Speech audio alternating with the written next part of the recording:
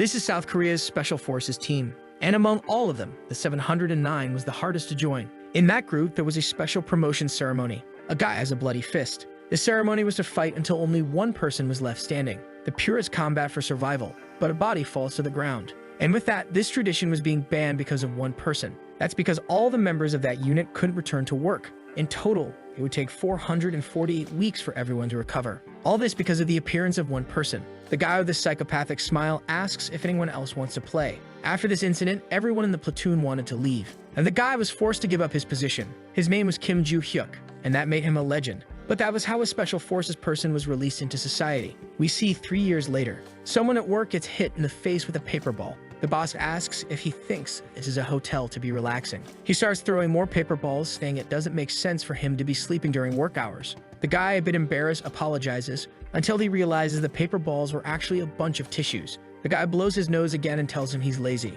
throws another one on the table, and tells Joo-hyuk to throw it away for him. The guy's veins are almost bursting with anger. He immediately grabs his phone, goes online, and starts posting about everything happening at his job. He starts describing the whole situation happening in this workplace. He doesn't even care about being fired as long as this guy pays for what he did. The guy's about to explode, saying there are limits even to the boss's power. With that, he throws the phone on the table and relaxes in his chair, saying that apparently he will have to keep enduring this, just because he can't kill this guy yet since he's a civilian. At that moment, he receives a notification on his phone about this incident. He reads something about a capitalist slave getting a second chance. He's all confused about this project when something appears on his glasses. Suddenly, some kind of information is loaded. Joo-hyuk notices that something weird is happening. He's a bit disoriented, trying to calm down, until some information appears on his glasses. With that, an interface appears saying that the registration is complete. He would be the level 99 tester and the connection was made. The protagonist wonders what the hell that is. The strangest thing is that there is a voice in his head. When he tries to take the glasses off his face,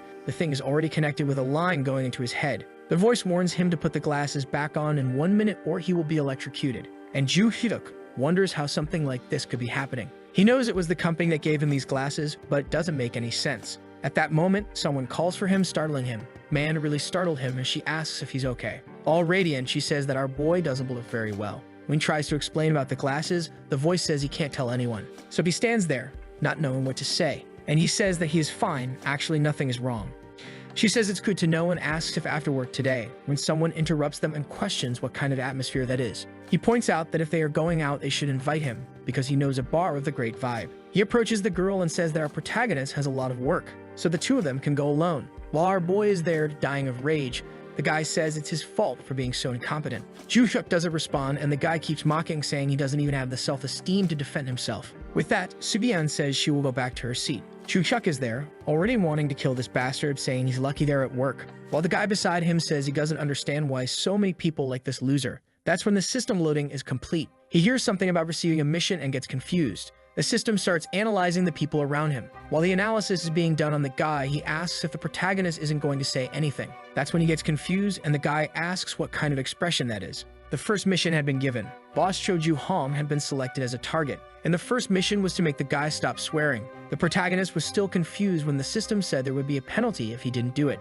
Joo-hong turned and told the protagonist he wanted to have a little chat with him on the roof, while our boy was wondering what kind of weird situation this was. However, the window said he had 10 seconds to complete the mission. As the time counted down, he wondered if he had signed something at the company authorizing this. He began to question whether there might be a camera around, or if, on the other hand, he was just going crazy. With that, the penalty was going to be given. Agent Joo-hyuk was going to lose 50%. He stared at the screen, wondering if it was what he was thinking. Those were the digits of his bank account. He quickly grabbed his phone, saying that something like this wasn't possible. It was probably just a tasteless joke. However, the moment he opened it, he saw that he had lost half of all his money. Hyuk couldn't take his eyes off the screen, and he shouted that this was madness. People in the office thought he was the crazy one. And then he felt embarrassed, not knowing what to say. However, Joo-hong asked if that shout was directed at him. A while later, they were already on the roof. The boss started pounding his chest, asking if he had lost his mind. Hyuk apologized, but the boss continued cursing, saying he had no idea what he was doing. He lit a cigarette, telling him to stop thinking he was something just because he went to the gym a bit. And what irritated him the most was that our protagonist didn't seem scared but disgusted, and he told him to say to his face what he thought, wanting to know if he thought he was dirty, since he had a disgusted look on his face. Hyuk just kept thinking that he had to hold back. He apologized, knowing that this was the only way to stay in this company. Unfortunately, it was the only option, until someone asked why he was holding back. Subion was beside him, asking if he was stupid. Hyuk was a bit confused, asking why she was there. She just said that life under capitalism was already hard enough for him to have to put up with that trash of a boss. She showed a recorder saying he needed to learn how to screw over bosses like that. Both of them were confused as she told him not to feel so down, and she said that the one who needed to apologize wasn't him. He looked at Ju Hong and asked if he agreed that he wasn't enjoying this. He immediately reached out, telling her to delete that recording. Soo-yeon was startled. She didn't expect the guy to go after her like that. However, Jun-hyuk grabbed the guy's fist. Hong looked down and asked if he had lost his mind. He yelled, telling him to let go. However, the system recognized aggressive behavior and words toward the user. Jun-hyuk twisted the guy's arm and said that's not how you do stretches. However, the mission was now given. He had to hit the guy's Adam's apple and would receive a 200% profit. Hyuk said he was very patient, so he didn't mind when the guy said things, but that only applied to him. The guy yanked his arm away, saying he must have lost his mind, and went to punch him in the face, asking if he thought he could take it. Hyuk easily dodged, and said that since the guy was so curious, he should take this, hitting him square in the Adam's apple. The boss was left gasping for air, all twisted up, and Hyuk said that since the boss only talked nonsense, he needed to be silenced. The boss fell to the ground like a fool. He turned to Soo-yeon and asked her to do him a favor. From now on, she was to pretend she saw nothing. And with that, the first mission was complete. The 200% profit would be applied. And at that moment, he was very happy, saying that apparently things were working. Hong started getting up, asking how this bastard dared to hit a superior. The system then notified that there had been no change in the target's words or attitude, and warned that they would have to proceed to level 2 of the mission. This time, it was to knock the guy out to receive 500%. Hyuk thought that from now on, he didn't care who was behind these missions, or even what their purpose was, because he was having fun. Hong warned that he would teach him a lesson now, and jumped at Hyuk to punch him. Hyuk thought to himself that he was only enduring this because he needed money. However, he sounded crazy, saying that if he could receive money like this, he immobilized Hong with a chokehold that turned the guy's face purple. He told him to relax, everything would be fine, because it would be over soon. The fool fell headfirst to the ground. The mission was a success. With that, 500% was applied. Immediately, the weakest capitalist took a look at his bank account. He saw the digits just going up, and said to himself that it was crazy that the money was multiplying. The bastard already had 170 million. The next chapter starts with an interview where the guy is asked about the skills he possessed. The protagonist said that he dedicated himself to the maximum and would complete any mission given. He had been trying to live an ordinary life like everyone else. However, recently he had experienced money multiplying. The system window showed he had completed 2 out of 10 missions. He'd received one, for example, to remove a guy's wig for 35%. Obviously, he completed it successfully. Another was to pour soda on someone's orchid. Of course, he also completed it successfully. With that, he received various missions, and the money just kept multiplying. As a result, in just 3 days, he already had a sly smile. So we know how much he had. The bastard had 587 million won, and Hyuk had a smile on his face, saying he was finally rich. He felt on top of the world, laughing. However,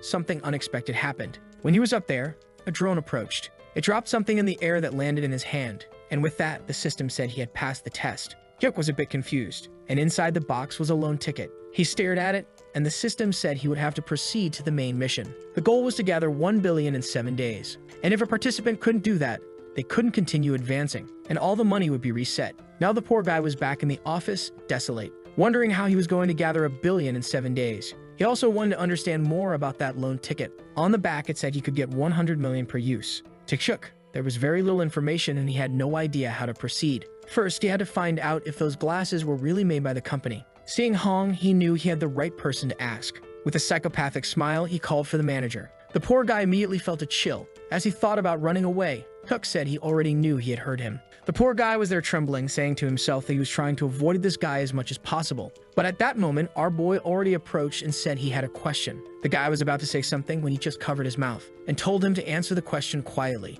Did he know who had made these company glasses? The guy said no, and he asked if he had at least heard about them, saying that from now on, the lie detector was activated. Hong shouted, saying he wasn't hiding anything. With that, Ryuk realized that the guy really didn't seem to know anything. So he asked if he had seen anyone else with similar glasses. The guy said no, and Ryuk realized that someone had already planned this. He started to question that the information wasn't enough when the system appeared. At that moment, the madman changed his expression, saying he had to leave early. The window said a game would start in 30 minutes somewhere nearby, and he was already leaving, saying he had to sail the high seas. He left laughing, saying he hoped the manager would take care of everything for him. Hong was left there fuming, saying he wanted to kill that bastard. The scene changes to another part of the city. Rick arrives there and wonders what the hell this is. He is sure this is the place indicated by the glasses. And at that moment, he receives the message that the game between the participants would start. He was confused because he didn't know there were other players. It's the money suitcase competition. The person who holds that suitcase full of money at the end wins. At that moment, some lights turn on. He sees the suitcase right in front of him,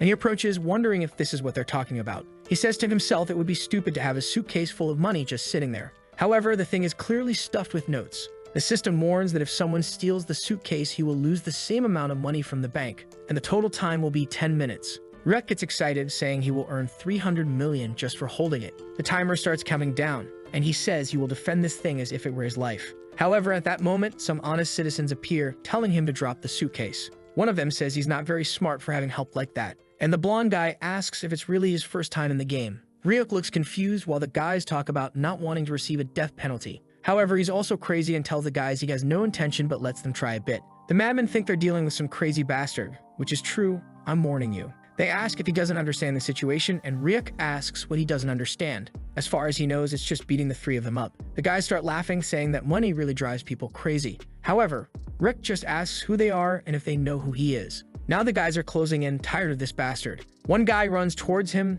telling him to stop acting tough. He comes to hit him with a bat, but Rick defends with the suitcase and says he admires the courage. The guy is confused, and the psychopath says the fool doesn't understand the situation. He stretches out his hand, which seems to be moving in slow motion. However, the punch is precise on the face. Man, the guy went flying, bouncing on the ground. The friends look to the side and realize it's not going to be that easy. And Ryuk warns that if all the participants are at this level, it will be much easier than he expected. With that, the guys look at each other and make a signal, and each one starts to go in a different direction. Ryuk asks if that's their teamwork style. The two guys curse him and say he's going to die now. With that, each one comes from a different side. Ryuk just observes the first one. He kicks the ground, throwing dust and stones in his direction. The guy ends up having to cover his eyes so he doesn't go blind. However, the other says he forgot the front, already about to stab the boy. But the protagonist easily defends against all the attacks with the suitcase, and tells the guy that's not how you use a dagger. The guy tells him to shut up and die already. The attack seems to hit hard, and the blonde guy says he warned him it would be better to have left the suitcase.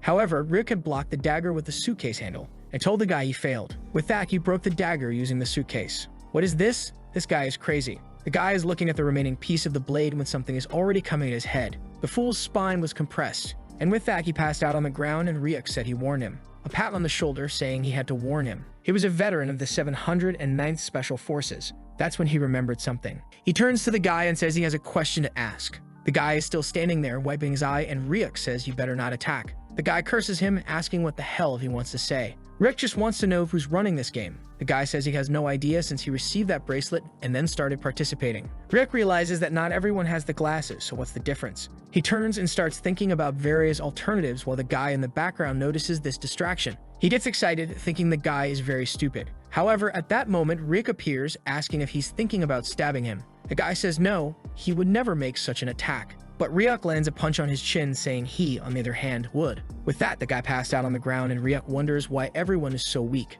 At that moment, someone shouts, saying no. It's the blonde guy from before, saying things are unfair when the system warns that he will lose 300 million due to the rules. The bracelet says he has gone bankrupt since he owes more than $1 billion, and with that, the collection would begin. Participant 016 was being pursued. Rick just watched, wondering what was happening, when suddenly the blonde guy started to go crazy. His entire body was covered in purple marks, and he begged to be saved. In an instant, he fell dead to the ground. Ryuk wondered if that was a reaction to some kind of drug. It seemed that the bracelet and those glasses had ways of injecting something. He was already worried, seeing that he was apparently trapped in this thing, until someone appeared, saying they had found another money-blind fool. A masked guy says he's no different, and the other next to him says now he has no way out. In these games, participants become incredibly rich, or they lose everything and have no other option. Ryuk says that's when he realized. All the participants in this game were people who had been driven by money, and now they were all someone's puppets. Somewhere else, someone watches several screens talking about the participants. Ryuk knows this mission was easy but won't stay that way, especially now that he is surrounded by many people. And this system warns that the game will start with 48 participants. Now the sly one says has increased a bit. The entire group is already surrounding him. And the problem is that there are still 6 minutes left on the clock. The strongest predator in nature, the Siberian tiger. Even if this type of monster has to face a pack of wolves, it still has to be cautious. However, for that guy there, Ryuk just tells everyone to come at him. He doesn't care about any of this and is already warmed up. Everyone runs towards him, saying that guy is worth 300 million. However, the psychopath smiles, asking if they really think they're going to catch him. With that, he grips the suitcase handle and smashes it into the faces of the first two, then turns and hits two more. Each one who gets hit with the suitcase loses 300 million. People wonder how that's possible. They're all scared, realizing that whoever gets hit with the suitcase really loses all that money. Ryuk, reading the situation, asks why everyone is hesitating so much. The guys start to realize that this game is a bit risky. However, Rick says if they don't come, maybe he will. One holding a bat tells him not to come closer and orders someone to throw something. With that, people start picking up stones and bricks, saying they will solve it that way. However, Rick doesn't care and easily defends with the suitcase. The fool realized that nothing was working, and soon noticed a shadow over him. Obviously, it was Rick coming to finish off another one. Participant 36 also goes bankrupt, and everyone wonders who this crazy guy who entered the game is. Ryuk looks back and asks who wants to lose some money. The masked guys standing around are just watching in fear. People start to realize that forfeiting the mission for 100 million is better than getting hit with a suitcase. With that, Ryuk stands there and the guys run away in desperation. He sees that some are still there and asks if they didn't leave. Apparently, the poor guys there owe more than 900 million, so if they forfeit, they die anyway. Ryuk says he doesn't care about that crap and tells them to come at him. In an instant, everyone jumps at him. People are all around while Ryuk stands there. The guy still has time to say this is very good. They should have done this from the beginning. Obviously, here comes the suitcase smack. The drone is there recording everything, even with a drop of sweat. And the guys running the game don't understand who they called in. A while later, the ground is covered in blood. The guys have twisted eyes. Ryuk says those bastards left his suit all torn. And with that, the time reaches 0 seconds. The mission is complete, and he earns 300 million. He grinned like a clown, saying it didn't matter because now he could buy a new one. With that, the system announced that the winner was decided and everyone should leave. Heck immediately threw the suitcase over his shoulder. He walked away, waving and saying it was quite fun. However, a girl nearby said that participant wouldn't last long. The guy next to her said he was quite special but drew a lot of attention, and he had no idea how dangerous that was. However, for our protagonist, life used to be the same every day. He worked without even knowing why and returned to a dark, empty home. But now it was no longer like that, and he was heading to the Sigil Hotel. A night there cost 20 million for the suite. The food, of course, was the best there was. And the money that would have taken him decades to earn, he had won in 4 days. The boy was motivated, saying this was great. His account had 580 million, and he had just earned 300 million from the suitcase. Now he was excited, saying this was the life. With that, someone entered the room. The girl lifted the lid off the plate, saying it was what he had ordered, a top-quality steak cooked by a 3-star Michelin chef. He took a bite. However, when he put it in his mouth, he felt something strange. The woman smiled, asking if he liked it. He said it was incredibly delicious. The girl was a bit confused because she was clearly also a player of the bracelet. With that, she took off her wig, asking how he wasn't nervous. He, completely confused, said hello. She approached, thinking he was crazy and wondering how he could be so careless. She was confused when he said he had seen her many times, knowing that he knew they had been following him since the suitcase test. The man, scratching his face, said it seemed like he wanted to be followed. He was an old man who said that was quite interesting. Ryuk said he didn't know what they wanted, but they didn't seem dangerous. And he also needed someone to ask about the missions. The old man asked if he was thinking of extorting information, and the protagonist said it was something like that. The old man smiled, saying he also wanted to ask something. With that, time began to pass. Outside, the man asked how he received the missions. He said he got a device and did a test mission. The old man questioned why the bracelet wasn't on his wrist. However, he just responded by asking if that was some kind of rule. After all, he had no intention of revealing that the device was in his glasses.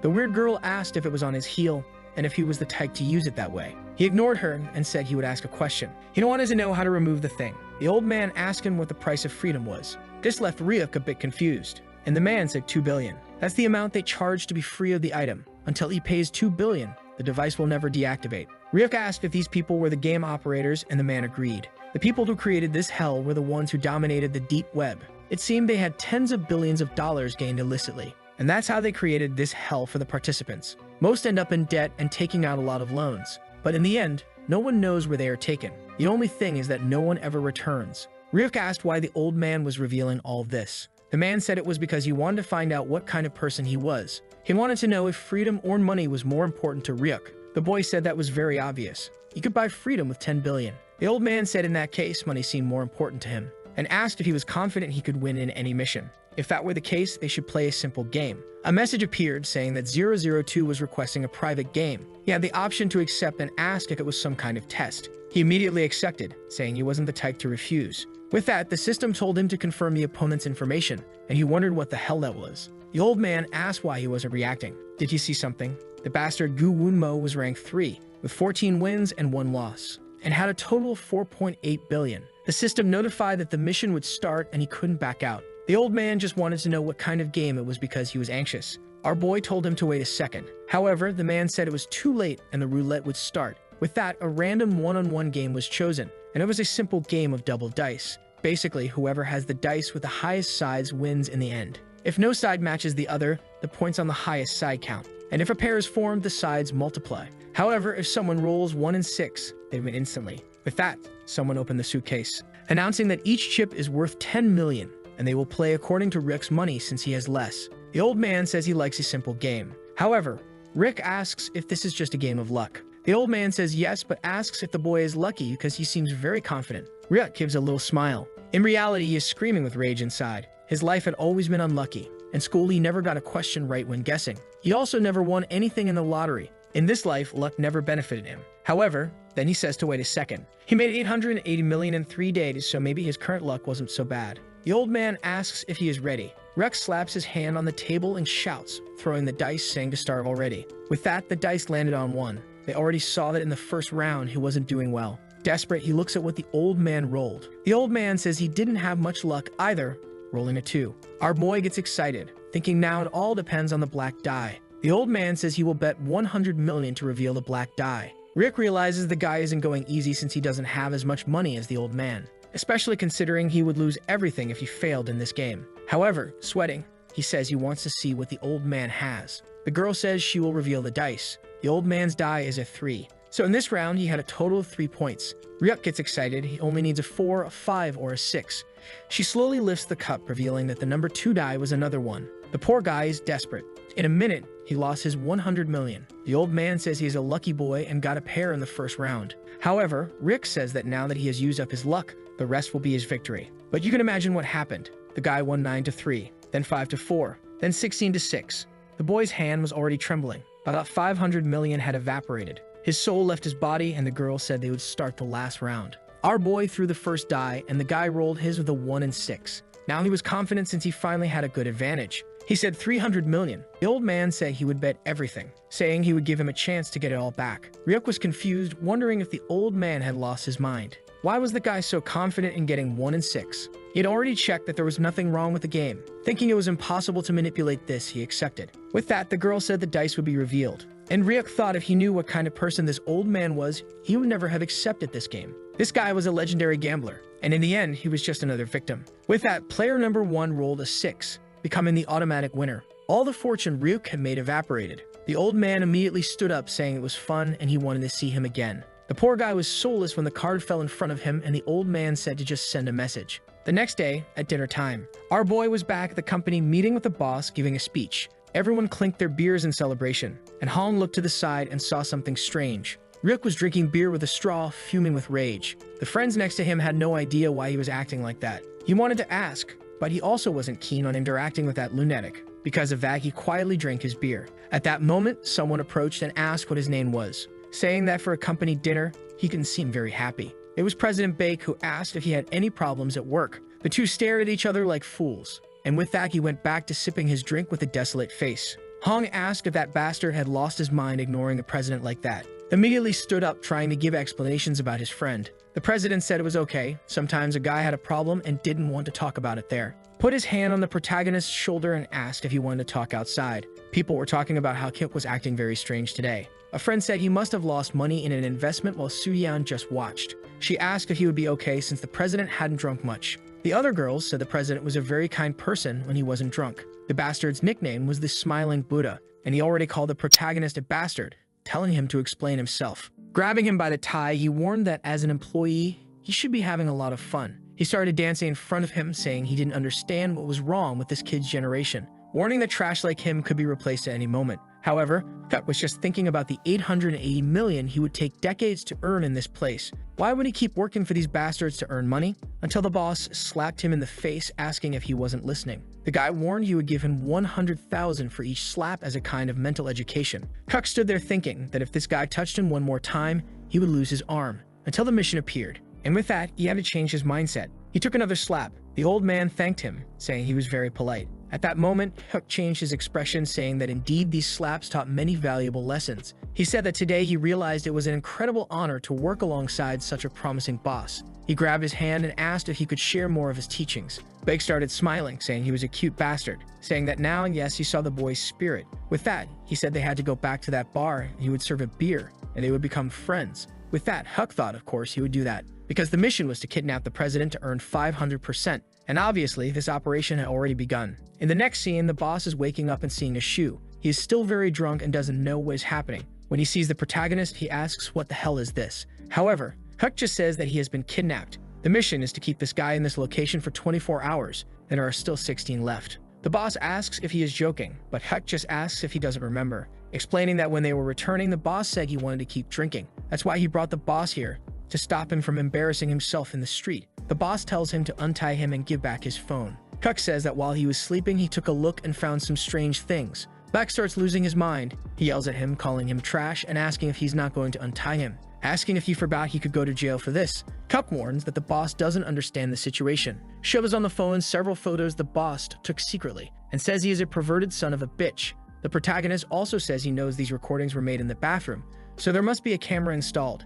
and stared at the fool, saying he didn't understand how he hacked all this, explaining that many strange things happen in this world. But the truth is, he received a special talent as a mission reward, the hacking ability, and asks the boss if he finally gets it. If he hands that phone to the police, something very interesting would happen. Huck says now it's explained why this kidnapping mission was sent, and while browsing the phone, he saw a strange list. It contained the names of women who were not to receive any promotion. At that moment, Huck understood that this meant the boss was blackmailing them in some way, and he already asked Bake what he thinks the company's employees are. The Buddha just smiles, saying that dogs have to obey their master, warning that what he does with those girls is give them a chance they would never receive, and explaining that it's normal since everyone has some secrets. At this, Huck loses his mind, saying the boss has no salvation, but just smiles, asking if that is a threat. At that, he tells the guy to shut up, saying he will now receive 100,000 for each slap, and gives the same speech, saying to understand it as re-education. The Buddha yells, saying that if he touches a hair on his head, takes a slap, his eyes almost popping out of his head.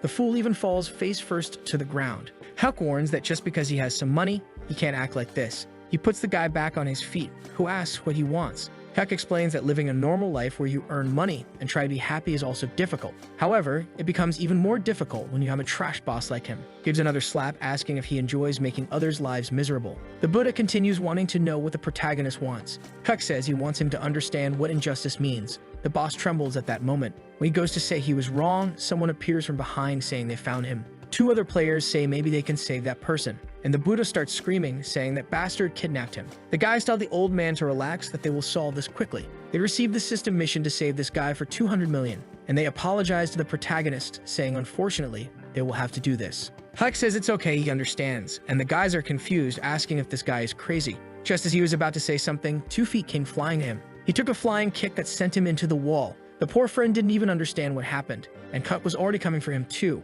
He struck his neck, forehead, and hand. In 2 seconds, the 2 fools were unconscious. After that, several other participants arrived, but the scene repeated itself in front of the president every time. The difference in level between the guys was frightening. The boss began to think that even if he wasn't tied up, he didn't stand a chance. Well, at that moment, the rope was cut. He was confused, wondering who did it.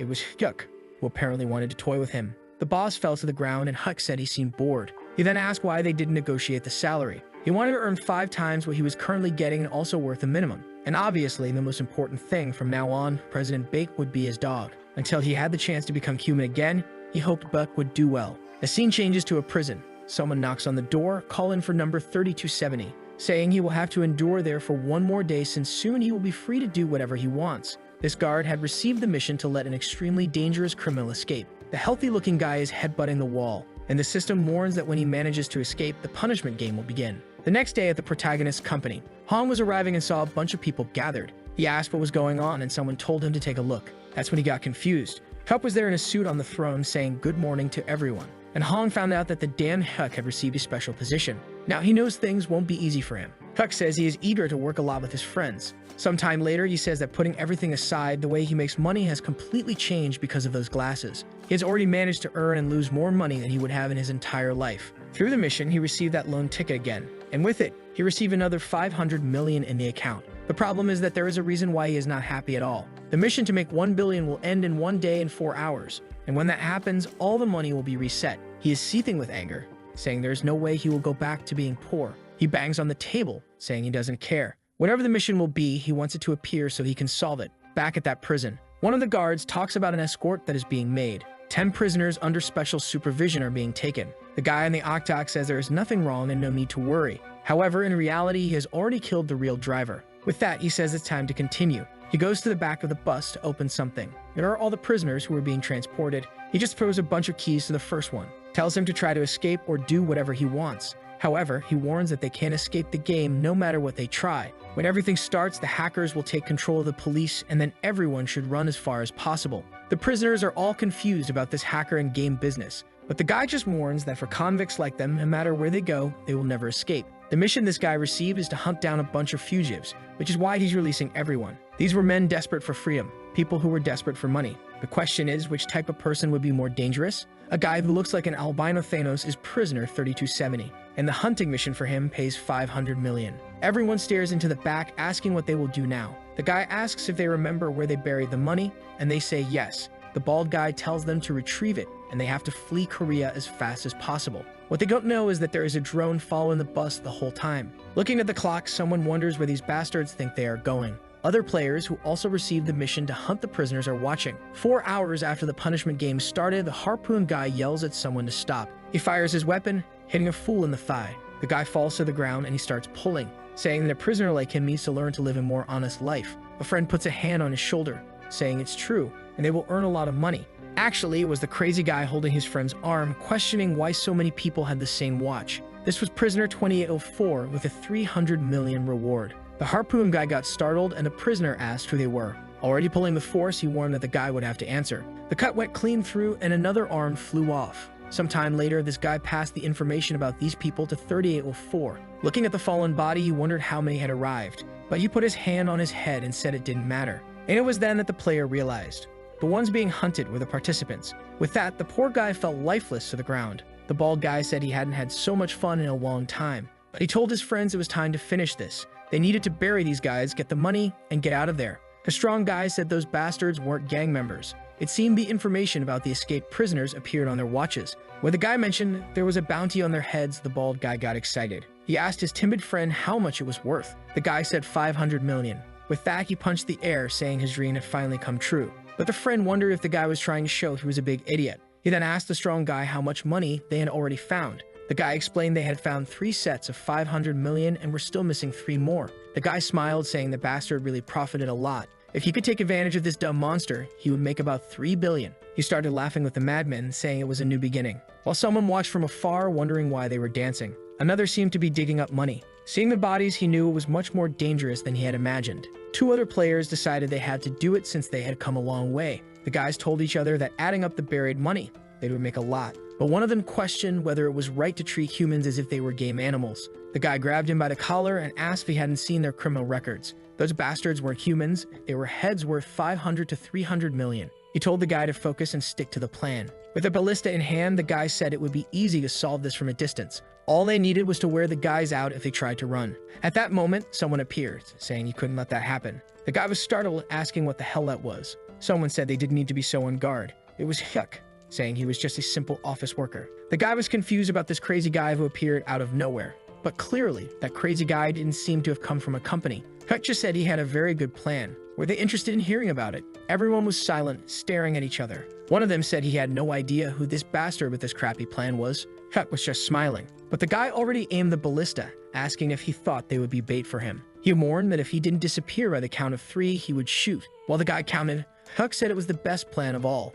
But the guy reached 3 and told him to die. The arrow flew towards our boy. He seemed surprised that they really had the courage to do that. He sliced it with a blade, cutting the arrow midair. Then the guys realized it wouldn't be so easy. The thing even spun worse and landed in his hand, which broke it, saying that's why they were a bunch of amateurs. Once again, he asked if they didn't like the plan. With that, the guys dropped their weapons, saying it was a very good plan. He smiled, saying they could start the operation then. Back with the prisoners, they were still digging up the money. One of them was furious because the bastard forgot where he buried it. That's when they looked to the side and saw the protagonist's friends. The prisoners immediately said they would have to deal with a few more. Suddenly, the fools ran away in desperation. The strong guy from before shouted in anger, telling them to follow those bastards. With that, some of them began the chase. In the forest, the guy was desperate while the crazies ran after him. All Huck said was to bring these guys to a place he had marked. With that, they approached an abandoned shack. The guy was exhausted, but he knew everything would be resolved if he got there. But when they stopped in front, they found no one. They began to wonder where that damn guy who led them was. But the prisoners were already approaching from behind. They warned that they were a bunch of pests and it was good they would be buried right there. One of them came running to hit them with a shovel, but a little axe flew through the air, hitting the shovel the guy was holding. The prisoner turned, asking who the bastard was who did that. Huck just said he didn't need to know. Holding a burning stick, he said what they needed to know was that no one would escape this place. They would stay there, getting beaten and handing over all the money to him. The other players asked if they were also part of this beating. Huck jumped off the roof immediately. One of the prisoners remarked that there was no way to escape. Huck landed a kick to the face of the first guy, dragging him across the ground. He foamed at the mouth, unconscious, like a maniac. Huck told everyone to start panicking, but the prisoners turned, deciding they had to deal with this lunatic. The three criminals rushed at him, but Huck easily dodged the first one. Another guy came in for a cut from the left, and Huck glanced to the side, focusing on the one in front. He landed an elbow strike to the one behind and disarmed the other. He even caught the knife that fell from the guy's hand. In a second, the two fools were nearly down. The guy watching from the back had a dumbfounded look, not knowing what to do. Suddenly, his body turned red, and as he fainted, the last one still didn't know what was happening. Huck just threw the knife, hitting the guy's hand and disarming him. He then advanced and had his hand next to the guy's head. Another fool was taken down. It didn't even take 5 seconds for everyone to be on the ground. The other players realized it was impossible. In a game where you had to choose between money and life, that bastard was on the hunt. 4 criminals had been defeated, earning him 400 million. The scythe guy approached, asking who the hell did this. The guy was worth 300 million and had a long criminal record. He asked Huck if he was the one who took everyone down. Huck just questioned what he would do and if he was there for revenge. The guy killed his friend and said he was there to teach him how to finish the job, asking if he was an amateur who didn't know he had to finish the person off. Huck stood still for a second, saying nothing. The guy approached, saying he was going to put holes in his body. But Huck said, unfortunately, he had been stabbed many times before. The guy laughed, calling him a hilarious bastard, and lunged, saying he was used to it. Huck dodged the attack, realizing it wouldn't be difficult. But strangely, the guy smiled for a second and almost hit his jaw with the other hand. That's when Huck realized this guy wasn't as easy as the others. The bastard was ambidextrous. Out of nowhere, Huck told him to wait a second. The guy laughed, asking if he was that scared. Huck went to the utensils nearby and said he was thinking of something. He picked up something, saying it was enough. The other players were curious, watching from the side. Huck announced it had been a while since he had to settle things like this. The guy found it strange and asked if he was serious. The lunatic said he had activated the mantis formation and asked if the guy wasn't scared. Huck said all those overconfident bastards changed their attitude when he pulled out a knife. Even if they showed courage for a second, a few stabs had them on their knees, begging for forgiveness. He liked that a lot, but the guy in front of him wasn't normal. Huck said it was time for the mantis attack. He charged at the guy with a series of slashes. The fool tried to defend, but it wasn't easy. Huck kept shouting that the sequence wouldn't end. The prisoner couldn't believe he was being forced to retreat. He cursed Huck, saying he was the true ambidextrous, and made a precise attack towards his neck. But the lunatic dodged and laughed, saying it seemed the guy wasn't that good. The guy couldn't understand why this bastard was laughing in this situation, not to mention that one simple mistake would mean his death. Then he stopped to think and said he understood. The reason he felt something was wrong was because that bastard was treating him like an insect. He got even angrier, wanting to know who this guy was. He ran towards Huck, saying he would teach him a lesson. Huck stood still, just watching him approach, and asked why he should take such a fight seriously. A scythe swung in a sequence. At that moment, the guy fell dead on the other side. Huck said they found out who the real ambidextrous was. With that, criminal 2804 was taken down, earning him 400 million. But the bastard was excited, saying now there was only one left. He was humming while the other players followed him dejected. Feeling embarrassed, one of the guys asked where they were going. Huck said there was still one bastard left, so they had to deal with him. The guys began listing all the crimes the bald guy had committed, saying maybe it wasn't a good idea. The truth was they came there just to catch the others and escape this guy because he was very dangerous. But then one of them looked to the side. Immediately, everyone's pupils contracted and they seemed to have seen a monster. The bald guy was right behind them. In half a second, he was already throwing a punch at Huck's ribs. Seeing Huck block it with his arm, the guy was impressed. But Huck, with a smile, landed a punch on his chin. The guy took the hit, but he smiled and said the kid wasn't so bad. He asked how Huck blocked it, and Huck asked how he took that punch. They both came to the same conclusion. This fight was going to be interesting. The problem was, while Huck was smiling, the bald guy was gritting his teeth. He enthusiastically went for another punch. Huck landed a full-force punch on the bald guy's nose, making his face look all twisted. Before the guy could react, Huck had already stepped on his back and moved to the side, landing a kick straight to the chin. The bald guy didn't look too healthy anymore. Hyuk smiled, saying it was all settled now. But strangely, the guy almost landed a punch on Hyuk. Hyuk couldn't believe those hits hadn't affected him. Worse, the guy's punches seemed to be getting stronger. Hyuk knew that if this guy caught him, it would be over. He managed to duck and dodge the grab. He kept evading, thinking to himself that if he could escape this, he'd have a chance. That's when he noticed something. The bald guy had crouched down to support his hand on the ground. In a second, he disappeared and jumped towards Hyuk. The bastard hugged in full force. Now, Hyuk wasn't doing too well either. The guy started lifting him, hugging him tightly. He even made a heart shape with his hands, saying that now he had been caught. Holding him in his arms, he said Hyuk should understand that with the weight difference, it was over for him. Hyuk knew this was common, but he moved his hand to the guy's face, who told him to give up. Hyuk, however, knew something that went beyond common sense. The superhuman strength that only appears in extreme situations. The combination of endorphins and adrenaline. He started crushing the bald guy's skull with his hand. He apologized, saying that unfortunately he was a bit special. He explained that generally he had to control his strength not to kill people. But since the guy was so tough, it seemed okay. With that, he slammed his head into the ground. The bald guy got buried like a plant. The criminal was defeated and Hyuk received 500 million. The drone filmed everything, and now the hunt was complete. Hyuk mentioned that he'd probably have sore muscles tomorrow. However, the bastard had earned a total of 1.2 billion. Looking around, he said the place reminded him of the old days. The other players couldn't believe he took down everyone alone. Hyuk whispered something to them. He told them to keep quiet and take the money the guys were digging up. They approached Hyuk and said they would handle the rest. Hyuk looked at them and asked if they were really going to do it.